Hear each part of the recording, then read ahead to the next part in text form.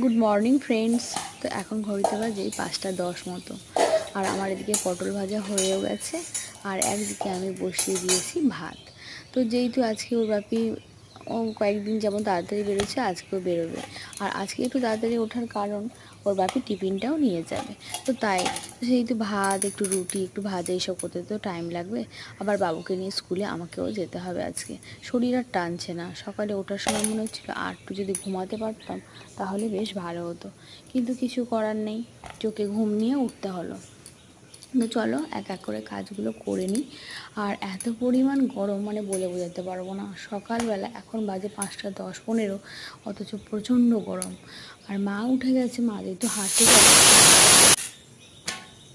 তো এই যে ভাতেও আমার সিটি দিয়ে দিয়েছে। আর এদিকে আমি রুটি কটা ভেজে নেব। খুব বেশি রুটি করব না, যেহেতু মা সকালে 2-1টা হয়তো রুটি খাবে, বাবা তো খাবেই না, বা আমিও খাবো না।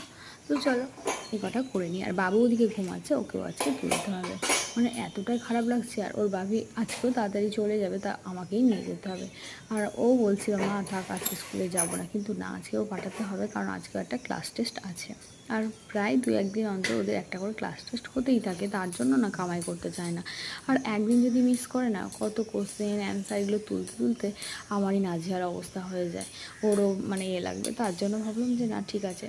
কিন্তু মানে সকালে একটু ইচ্ছা করে না যে এই কাজকর্ম করার পরে স্কুলে নিয়ে যেতে। তো চলো দেখা যাক কী হয়।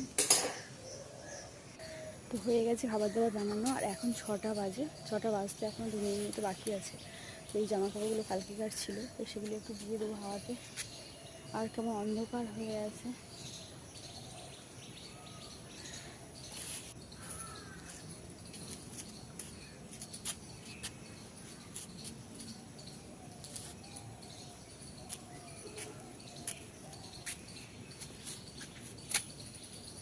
একটা জিনিস দেখাই তোমাদেরকে।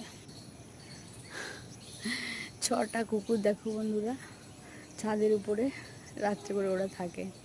তো এই যে গাছগুলোতে জল দিয়েছিলাম একটু করে।